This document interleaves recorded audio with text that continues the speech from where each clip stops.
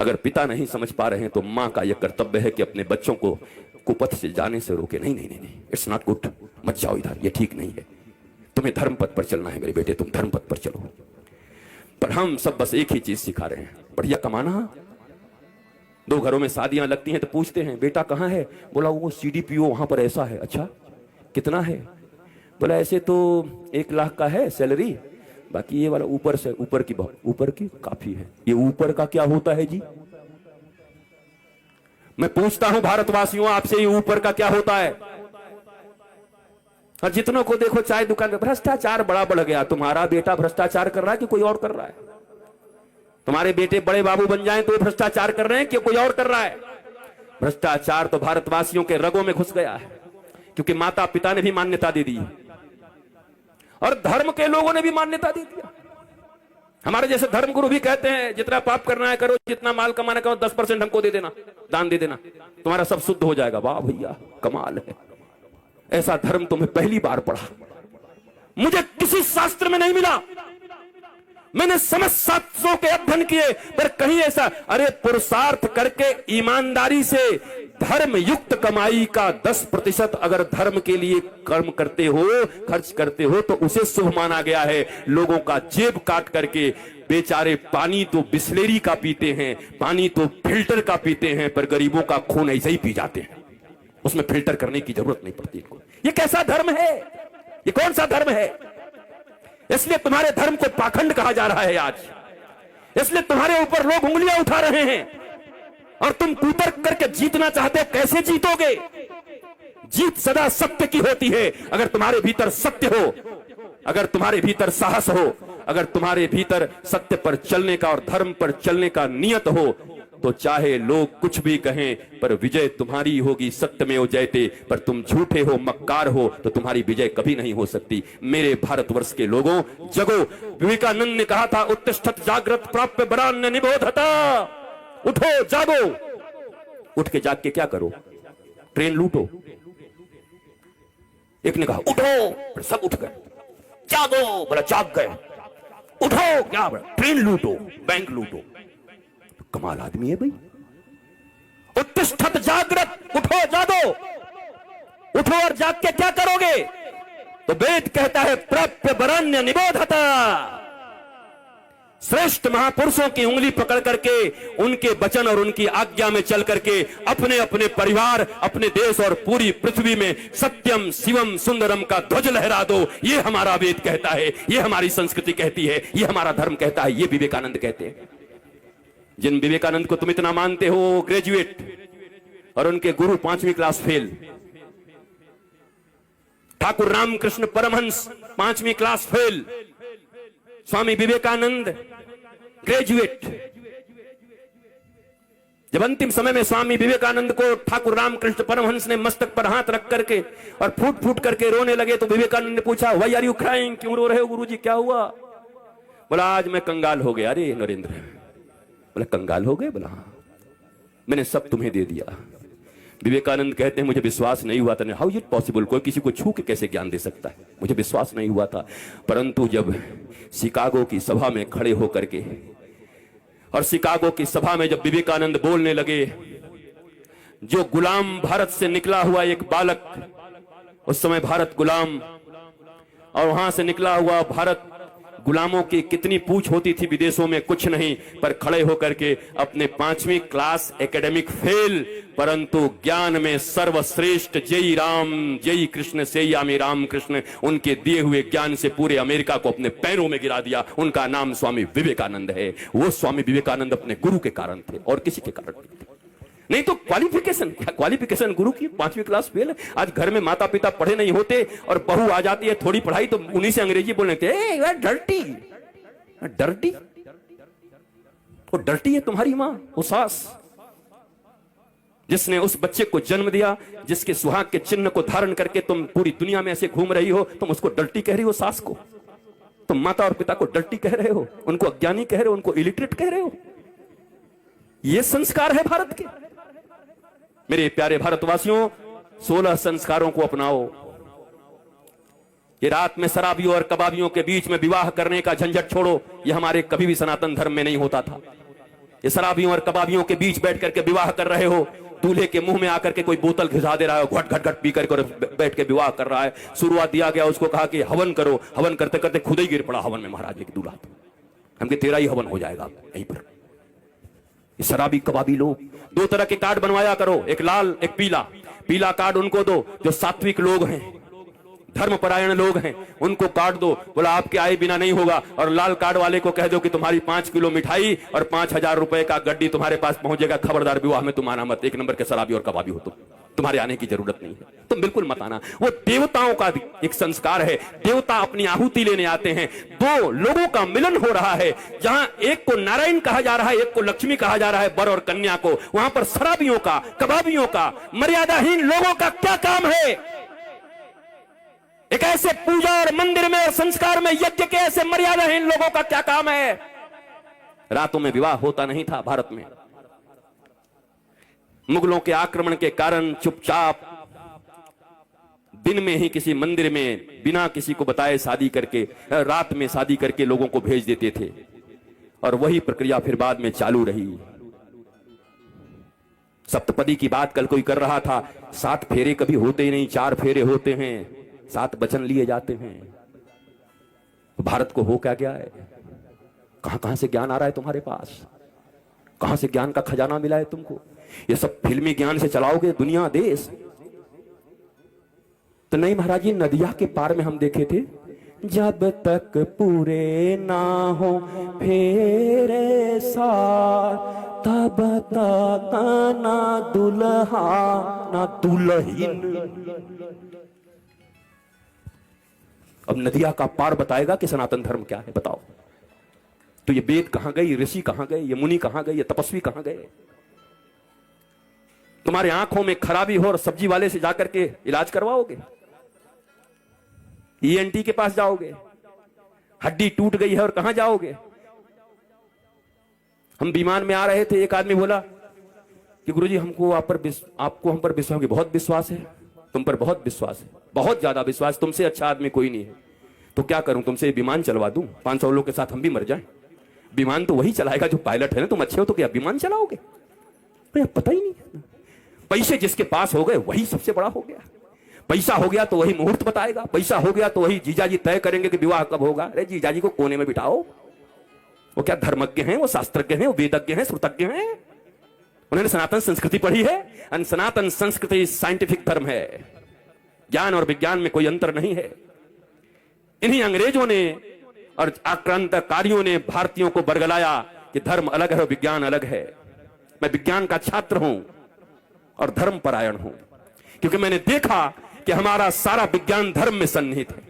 हमारे धर्म में विज्ञान ही विज्ञान भरा पड़ा है, सारी साइंस भरी पड़ी है, रिचुअल्स। और हम तो एक पुस्तक भी लिख रहे हैं, ग्रंथ, साइंस बिहाइंड रिचुअल्स। विज्ञान हमारे रिचुअल्स के पीछे, पेड़ में पानी देने के पीछे क्यों, बरगद के वृक्ष की आखिर क्या कारण है कि माताएं पूजा करती हैं, क्यों इस पत्ते के ऊपर इस दिन खाया जाता है, ये उपवास क्यों होता है, ये सब विज्ञान से जुड़ा हुआ है। तुम कभी ये मत कहना कि अंधविश्वास है, सब में विज्ञान है, पर हम जानते नहीं। जानोगे तो खुश हो जाओगे, वाह हमारा इतना प्राचीन धर्म इतना विज्ञान से सम्मत था, विज्ञान से माना हुआ था। अरे आज अरबों अरब रुपए खर्च करके नासा ये बता रहा है कि सूर्य ग्रहण कब होगा और चंद्र ग्रहण कब होगा।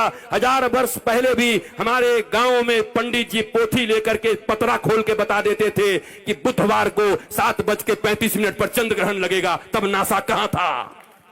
और उसी समय पर चंद्र ग्रहण होता था, उसी समय पर सूर्य ग्रहण होता था।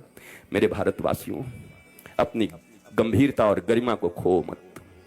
तुम रीच हो, तुम समृद्ध हो, तुमसे बड़ा अमीर कोई नहीं है। तुम्हें ये बरगला दिया गया, तुम्हारे भीतर ये इंफीरियरिटी कॉम्प्लेक्स डाल दी गई, हीनता डाल दी गई। और याद रखना, जो लोग इंफीरियर हैं, जो लोग हीन हैं, उनको भगवान नहीं मिलते। भगवान का नाम है दीन बंधु दीनानाथ।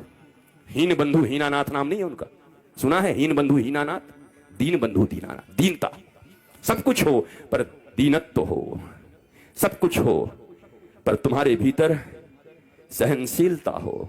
तुम ज्ञानी हो फिर भी झुके हुए हो। फलों से लदा हुआ वृक्ष झुका हुआ है, तना हुआ नहीं है। अहंकारी खड़े होते हैं। इसलिए मैं आपको प्रणाम करके कहता हूं, इस बेरमो के इतिहास में मैं ये जरूर कह सकता हूं, तुम्हें विश्वास हो न हो, पर मेरा ऐसा मानना है, वो कभी कभी फिल्म का वो गाना है कि मैं पल दो पल का शायर हूं, पल दो पल मेरी कहानी है। मुझसे पहले कितने शायर आए और आकर चले गए, और क्या कुछ पल मेरी हस्ती है।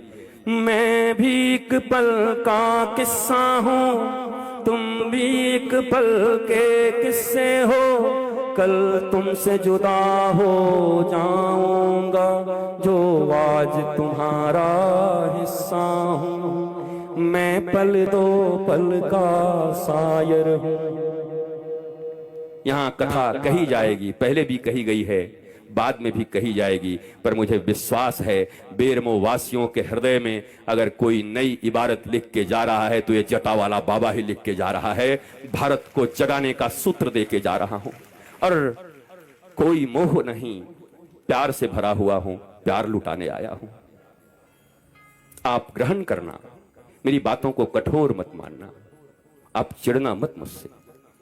मुझे तो ज्यादा फायदा तब होता जब मैं आपकी जय जयकार करता, आपकी बड़ाई करता और कहता कल सब आएंगे, सारे लोग 51-51 रुपया लेकर के 101 और नीला धागा और पीला धागा और जितना आपके पास दुख हो उतना धागा ले आएंगे, एक नारियल ले आएंगे और आधा किलो बतासा ले आएंगे और 1001 ले आएंगे, तो ज्यादा फायदा होता मुझे। शायद माला माल होके चला जाता। पर याद रखना, वो माला माल नहीं है, माला माल तो वही हैं। वो बड़ा सुंदर, वो भी एक गाना मुझे याद है, जिस रस्ते से तू निकले वो फूलों से भर जाए, तेरे पैर की कोमल आहट सोते भाग्य जगाए। एक तू ही धनवान है गोरी। गोरी कौन है?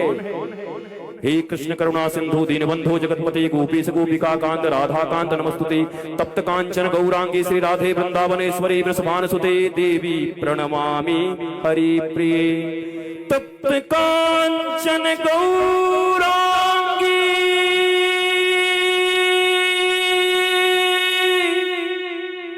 गौरांगी श्री राधा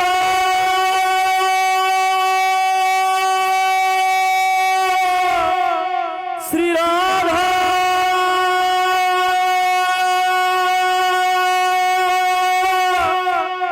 श्री राधा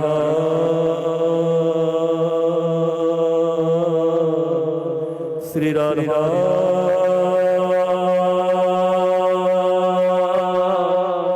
तप्त कांचन गौरांगे श्री राधा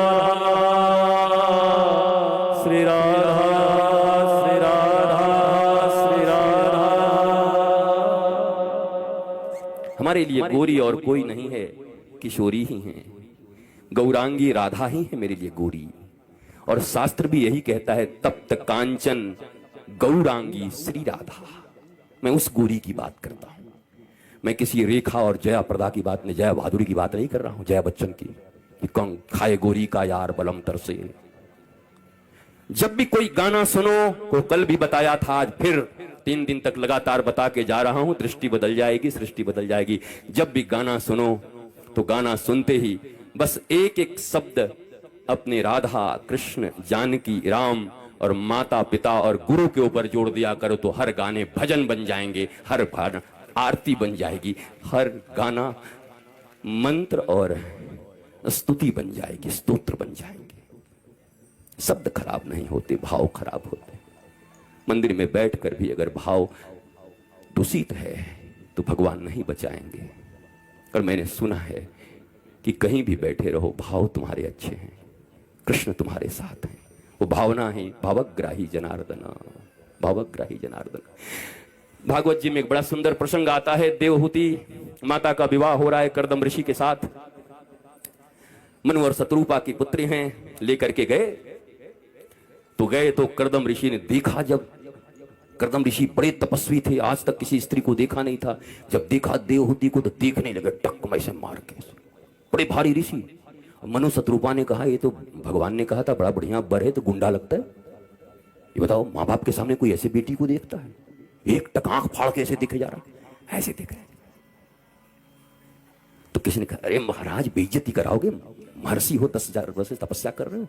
बोला क्या देख रहे हो इतना, मेरी बेटी बहुत सुंदर है। उसी समय कर्दम ऋषि ने कहा मैं देख रहा हूं ब्रह्मा जी कैसी सृष्टि है तुम्हारी, कैनवास तो एक ही है, उसी कैनवास पर कैसे कैसे चित्र बना दिए हो, कैसी नासिका, कैसे कर्ण। अरे मैं देवहूति को देखते देखते तुम्हारी बेटी को नहीं, मुझे राधा रानी और जानकी की याद आ गई। मैं इनका दर्शन करने लगा तुम्हारी बेटी के भीतर में।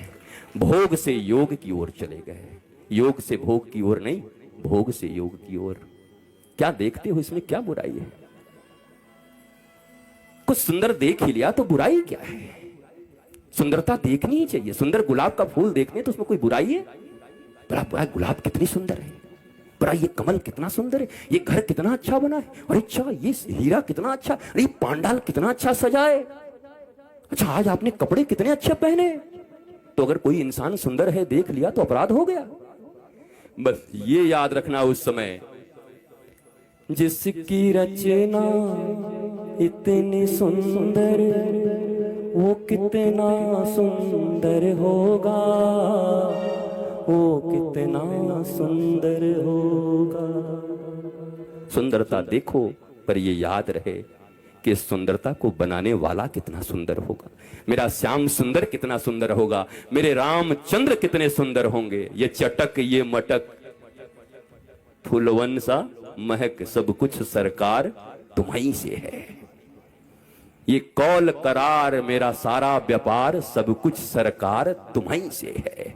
जो कुछ है तुमसे है, मैं मैनेजर हूं, तुम मालिक हो। कभी मालिक मत बनना, ना अपने बच्चों के, ना अपने काम के, ना अपने पैसे के, ना अपने घर के, ना अपने शरीर के।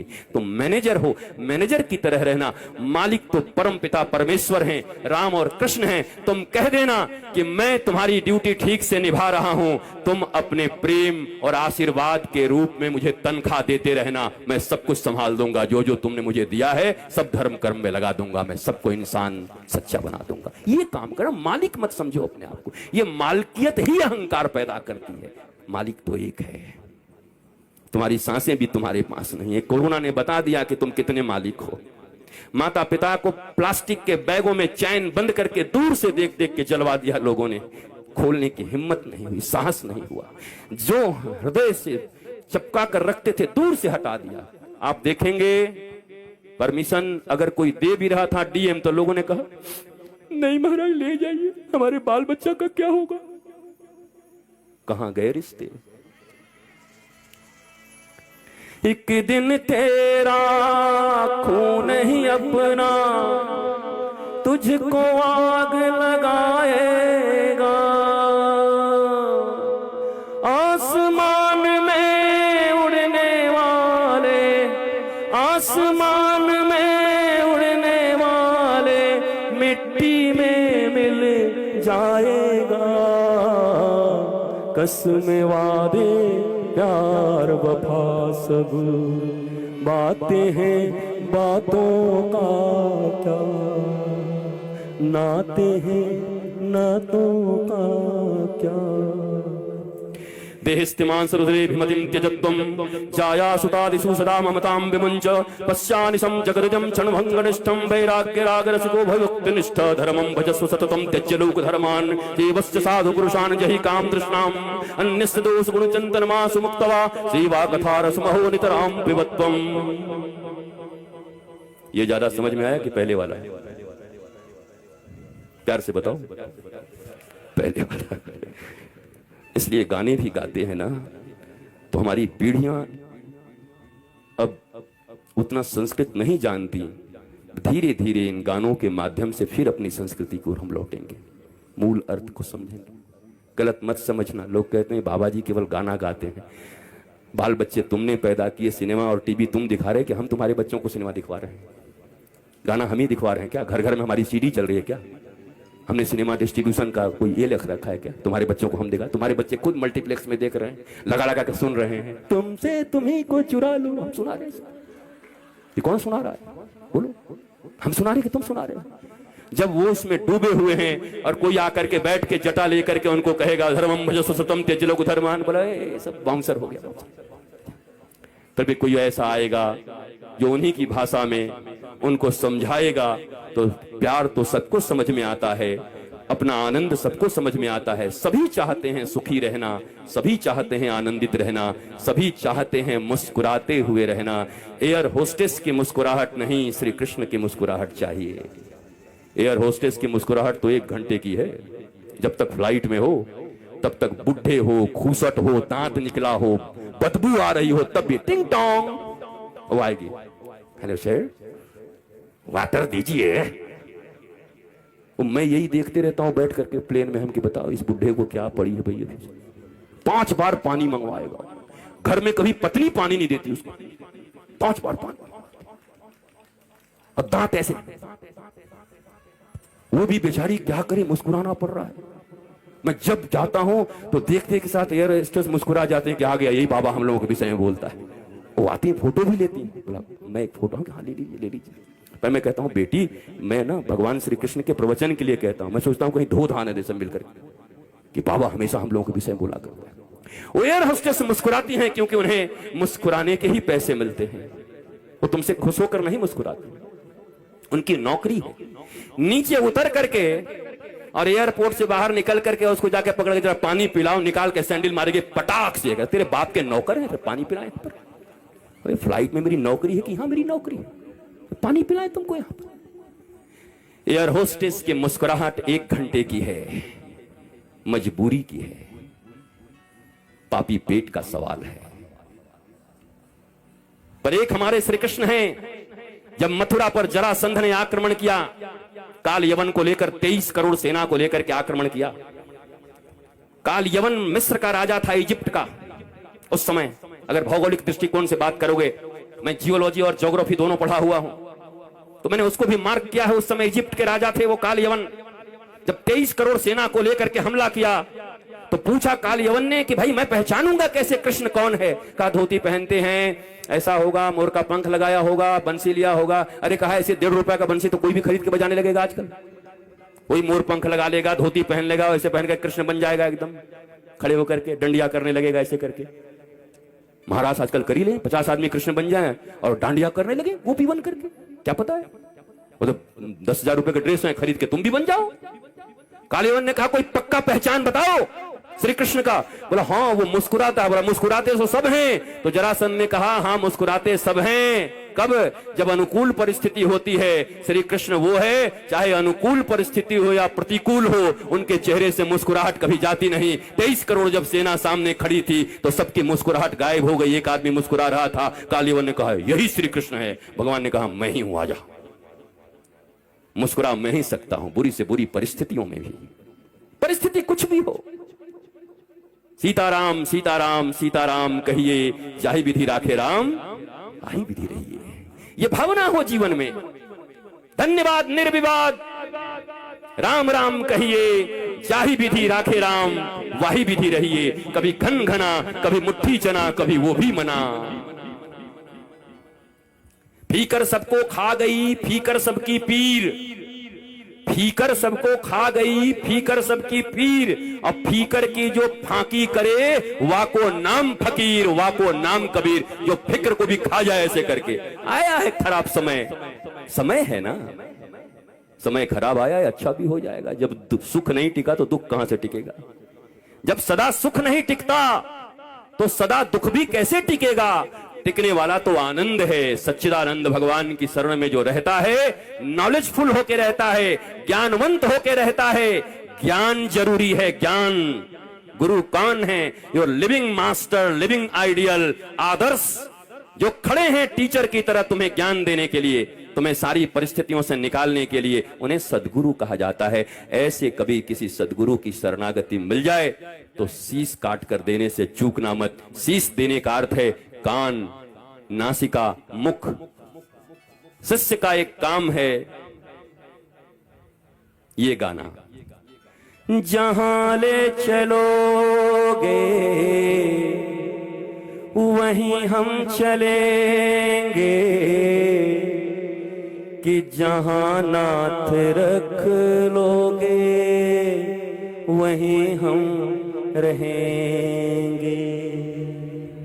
एक शिष्य जब ये कहता है अपने गुरु से, तो गुरु भी बहुत प्यार से कहते हैं आ चल के तुझे मैं लेके चलूं एक ऐसे गगन के तले, जहां गम भी ना हो आंसू भी ना हो, बस प्यार ही प्यार फले एक ऐसे गगन के तले। जिनकी उम्र हो गई बड़े खुश हो गए कि गुरुजी हमारे उम्र का भी गाना गाते हैं। ला ला ला ला ला ला ला ला ला ला ला,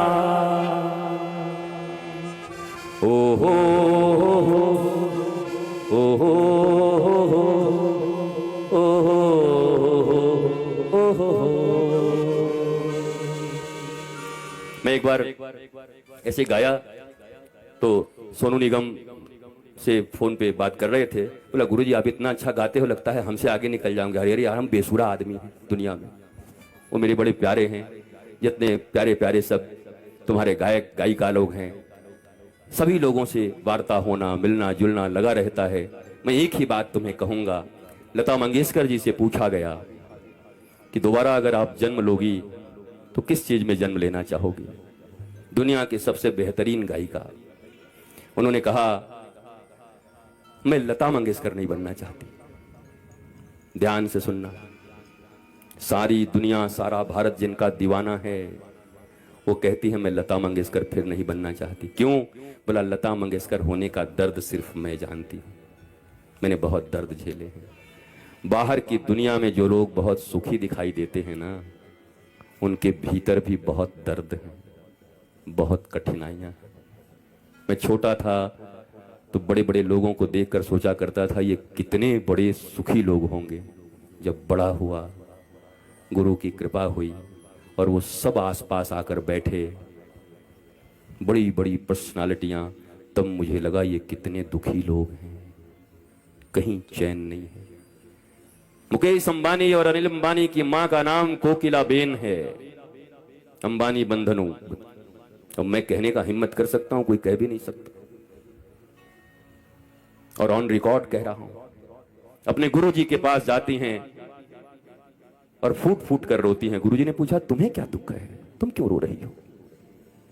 इतना धन इतना सम्मान। तो रोते हुए अपने गुरु को कहा गुरुदेव एक चीज आशीर्वाद दे दीजिए, मैं बहुत दुखी हूं। क्या? बोला मैं चाहती हूं मेरे 2 बेटे और 2 बहुएं हैं, बस वो साथ रह लें, ये सुख मुझे कब मिलेगा? तो उस दिन गुरु ने कहा मुझे पता चल गया, भले ही तन के कोई पहाड़ पर हो, पर आनंद और सुख उसको नसीब होगा ये जरूरी नहीं है। ये तो भगवान की कृपा और गुरु के दिए संस्कार से ही संभव है। अगर ये होगा तभी जाकर के घर परिवार समाज और देश में आनंद होगा, आह्लाद होगा, प्रेम होगा और शांति होगी। मेरे भाई बहन, मेरे माता पिता, कितना धनवान होना चाहते? कितना और धनवान बनोगे बताओ मुझे, कितना धनवान बनोगे? धन कमाने की इच्छा बुरी नहीं है, पुरुषार्थ करिए, पर आज संघर्ष है और कल आनंद होगा। ऐसे लोगों के जीवन में कभी आनंद नहीं होता। ध्यान से सुनो, पीछे बैठे हुए लोगों, चलते हुए लोगों, हंसते हुए लोगों, गाते हुए लोगों, और सामने जो खड़े हो इधर बाएं तरफ में, ओ छोड़ दीजिए उनको। ये भैया जो इधर लोग खड़े हैं, या तो बैठ जाओ लाला मेरे, और दांत ही निकालते रह जाओगे ऐसे देख करके, हा करते रह जाओगे। हम तो कल चले जाएंगे, दांत निकालते रह जिंदगी भर। बैठो, सुनो, काम करेगा जिंदगी में, माता पिता को सुख देना। क्या बोल रहे थे यार, भूल ही गए डांटने में हम तो। कोई बताए वो? हाँ जी, नहीं अंबानी की तो हो गई, उसके आगे नाथानी की हो रही थी, बताओ फिर।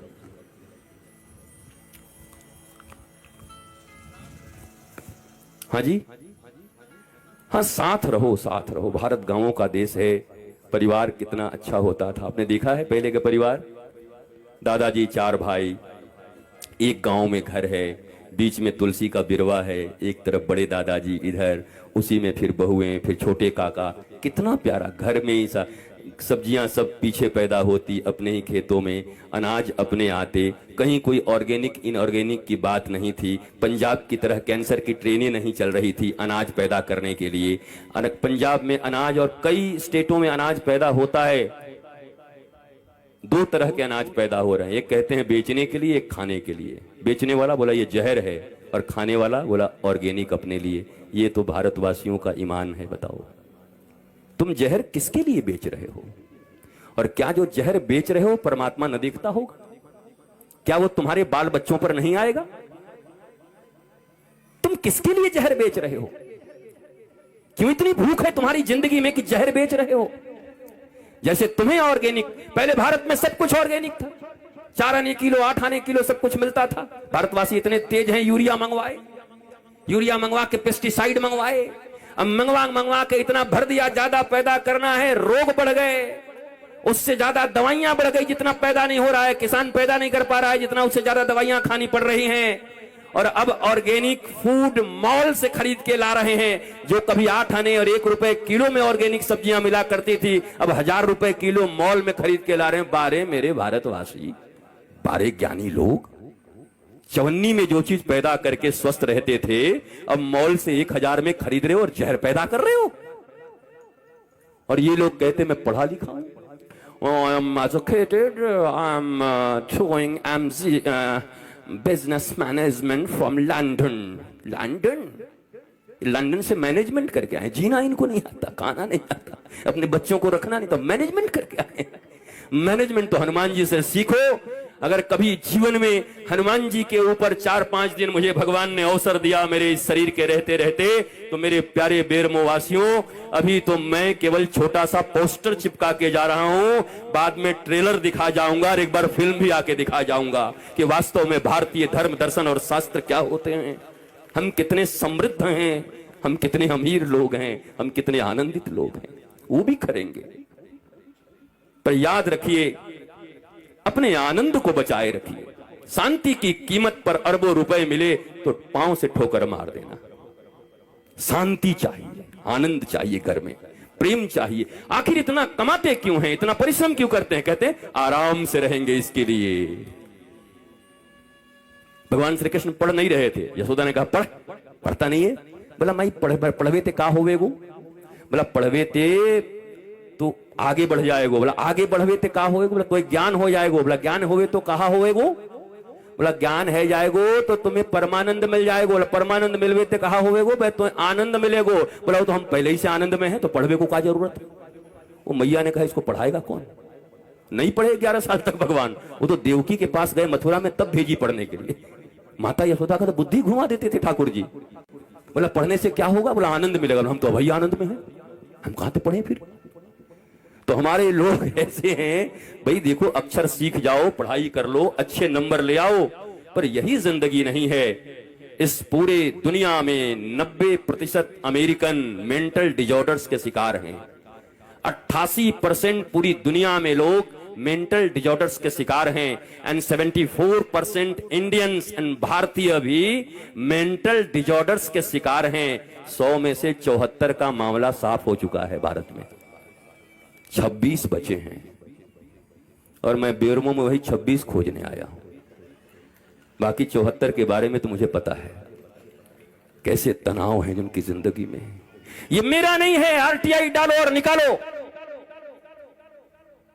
मैंने एक फिल्म बहुत पहले देखी थी मेरी मां के साथ, नया दौर, मेरी मां ने मुझे दिखाया था। उसमें दिलीप कुमार था। एक वक्त था जब यूसुफ खान को भी दिलीप कुमार बनना पड़ता था। वो भारत है, ये दिलीप कुमार के नाम से हिट हुए। वो नया दौर पिक्चर में वो टांगे चलाते हैं, फिर एक मोटर आता है। 1 घंटे की यात्रा को कहते हैं 5 घंटे की यात्रा को 1 घंटे में करा देंगे। प्रचार होता है, मोटर आ गया, यंत्र आ गया, अब आराम मिलेगा, अब समय बचेगा। धीरे धीरे धीरे धीरे धीरे यंत्र बढ़ते गए, यंत्र बढ़ते गए, यंत्र बढ़ते गए। 1-1 मिनट में बिजली के बटन दबाओ, रोटी बनाओ, कुकर से ये करो। अब तो खिलाने मुंह में ढकेल भी दे रहा है, ऐसा मशीन मिला है, बना करके इसे ढकेल दे रहा मुंह में। और दांत नहीं चल रहा तो अंदर मुंह चबा भी दे रहा है। ऐसे ऐसे मशीन बन गए, यंत्र पे यंत्र बन गए। पहले चक्की चलाने होते थे हमारी दादियों को, दादी लोग चक्की चला करके गेहूं से आटा निकाला करती। हमारा सुंदर चावल धान को कूट करके खुद ताजा ताजा निकालती और बनाती, पोहा बनाती, सारे चीज दिन भर अपने परिश्रम से करती। 90 साल तक मेरी दादी सुपारी काट के सुपारी को कट कट काट देती थी दांतों से। यहां तो 25-30 साल के बाद दांत, नकली दांत लग जा रहे हैं। हमारा एक आदमी था, महाराज रात में उसके साथ सोए थे स्टूडेंट लाइफ में। हमको क्या पता था, जवान लगता था, रात में दांत खोल दिया, अपना निकाल दिया। अचानक देखा तो मैं डर गया, तो कौन है? अरे बोला हम है सुनील। कि तू इतना बुढ़ा कैसे? बोला दांत निकाल कर। मैं तो तेरे को नकली दांत। बोला नकली दांत? महाराज बीभत्स लग रहा था ऐसा, नकली दांत लग गए। दांत तो लग जाएंगे, आंत कहां से लगवाओगे? दांत तो लग जाएंगे, आंत कहां से लाओगे बचाने का? अमिताभ बच्चन नहीं लगवा पाए दूसरा आंत कुली के बाद। तो मिस्टर बच्चन साहब भी अद्भुत आदमी है। उनको डॉक्टर ने कहा कि एक घूंट भी अगर कभी कोल्ड ड्रिंक्स पी जाओगे तो जीना मुश्किल होगा। पर सारी दुनिया के सामने आकर के पेप्सी का प्रचार करके चले गए। कैसे रोल मॉडल हैं, कैसे सुपरस्टार हैं। कभी कभी प्रश्न उठता है जीवन में, जब आपको पता है कि ये स्वास्थ्य के लिए अच्छा नहीं, तो क्या सिर्फ करोड़ 2 करोड़ के कारण अपने प्यारे भारतवासियों को कुछ भी प्रचार करके बता दोगे? अपने भारत के बच्चों को कुछ भी दे दोगे? ये कैसे रोल मॉडल, ये कैसे हीरो है? पर ये प्रचार तंत्र ने सच्चे गुरुओं को, माता पिता को और संतों को और ज्ञानियों को कूड़े के भाव में पीछे छोड़ दिया। इनको पाखंडी बता दिया। और ये जो कैमरे और लाइट पे चमक रहे हैं, जो प्रधानमंत्री का नाम पूछने के बाद पृथ्वीराज चौहान बता रहे हैं, आलिया भट्ट, वो हीरो हीरोइन है। पर वही अमिताभ बच्चन बेचारा अच्छा आदमी भी अच्छी बात कहता है, कभी कभी बड़ी ज्ञान की बात कहता है। अग्निपथ एक पिक्चर थी, उसमें कहता है, हे अन्ना, ये फोन भी अजीब चीज है, आदमी बोलता कुछ है। हाँ बेटा, बाबा ही हैं, तुम्हारे बाबा हैं। आओ इधर से, आओ आओ इधर आओ, भारत के सबसे श्रेष्ठ बाबा हैं, आओ इधर। तुमको पढ़ाऊंगा अभी पूरा बिठा के, आओ। मूर्ख यहां भी हैं 2-4। हम सोचे बेरमो में नहीं है, हम मिल ही जाते हैं हर जगह। क्या करें महाराज, हर जगह। अच्छा, आज बाबा ने कीर्तन भी खूब किया उधर। कहाँ कीर्तन चल रही है? हाँ, खूब बढ़िया। बाबा ने जमा दिया है कि अच्छा उधर कथा चलेगा, इधर कीर्तन चलेगा।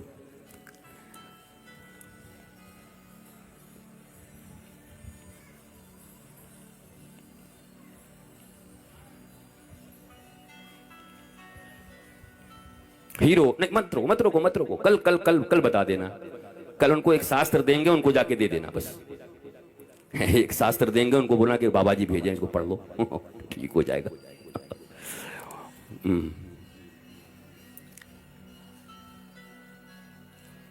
माता पिता को हीरो मानो, उनको अपना मानो। आज अच्छा नहीं लगता होगा, पर इतनी पक्की बात है कि बोरे में भरने से और सूटकेस में भरने से बच जाओगी मेरी बेटियों। अगर मम्मी पापा की हर बात मान के चलो, गुरु की बात मान के चलो, तो जीवन सुरक्षित रहेगा। उनसे अपना कौन होगा?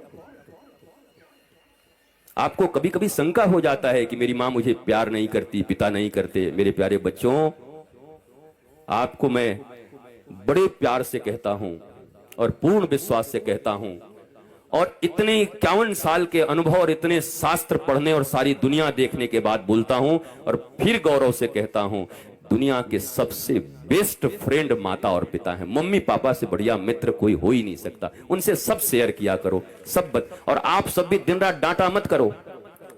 हड़काओगे तो फिर वो बोलेंगे नहीं। मित्र बन के रहा करो बच्चों के। उनको कह दो तो फेल भी हो जाए तो दौड़ के आना, तेरी मां का आंचल तेरे लिए सदा इंतजार करता रहता, फिर अगली बार पास कर जाएंगे, चिंता मत कर, आजा। डराओ मत बच्चों को, बच्चों को अपना बनाओ। जब आप दोनों में एकता होगी, आप दोनों में अपनत्व होगा, तो बाहरियों की जरूरत नहीं पड़ेगी। और याद रखना, मंथरा को पहचानने का सबसे अच्छा उपाय है, जब तुम्हारे और तुम्हारे परिवार के विषय में कोई बाहरी व्यक्ति तुमको समझाने लगे तो समझ लेना कि राम के घर में मंथरा का अवतार हो चुका है और अब इस घर में भी आग लगने वाला है। बिल्कुल मत सुनना। तुम और तुम्हारे घर में तुम्हारे परिवार काफी हैं अपनी समस्याओं को सुलझाने के लिए, पर कोई आकर उनसे भी अपना बनने लगे तो समझ लेना मामला खराब हो रहा है। अब मंथरा प्रवेश कर गई है। अब कैकेयी को मिलाकर तुम्हारे घर में राम को भी तबाह कर दिया जाएगा, दशरथ को भी तबाह कर दिया जाएगा, भरत जैसे संत को भी तकलीफ हो जाएगी। और मिला क्या बताओ, उस कैकेयी को मिला भी क्या बेचारी को? अपना बेटा ही मां कहने को राजी नहीं है। जिस बेटे के लिए की वो बेटा ही मां नहीं कहता। इसलिए मेरी मां, मेरे भाई बहन, आप सब भी अपने बच्चों का पालन ऐसे ही करो। रामचरितमानस का बस इतना ही अर्थ है। कथा मैं कह सकता हूं, सीरियल वाइज कह सकता हूं, एक एक सूत्र से। मैं कंब रामायण से कह दूं, रामचरितमानस से कह दूं, वाल्मीकि रामायण से कह दूं। वाल्मीकि रामायण मैंने कभी कहा है, कभी सुनना अगर तुम्हें उपलब्ध हो जाए। संपूर्ण वाल्मीकि रामायण सुनकर आश्चर्यचकित हो जाओगे। पर इन 3 दिनों में मुझे ऐसा लगता है कि रामायण के, महाभारत के, भागवत के, हनुमान चालीसा के, शास्त्रों के और इस संसार में के वर्तमान में चल रहे कुछ घटनाओं को लेकर के एक ऐसी कॉम्बो डिश बनाई जाए जो डिश टेस्टी भी हो, रुचि भी जिसमें हो, और जो नीतिवान भी हो, जिसमें धर्म भी हो और उसको सुनने में भी रुचि आए। इसलिए मैंने एक डिश आपके लिए बनाया है और इसका नाम है त्रिदिवसीय राम विमर्श महोत्सव, जो सबके जीवन में आराम ले आएगा, आनंद ले आएगा, प्रेम ले आएगा, सबके घरों में शांति ले आएगी बस इसका पालन करने से। मस्त रहिए, स्वस्थ रहिए, आनंदित रहिए। लोग हमको छोड़कर जाएं वो हम नहीं चाहते।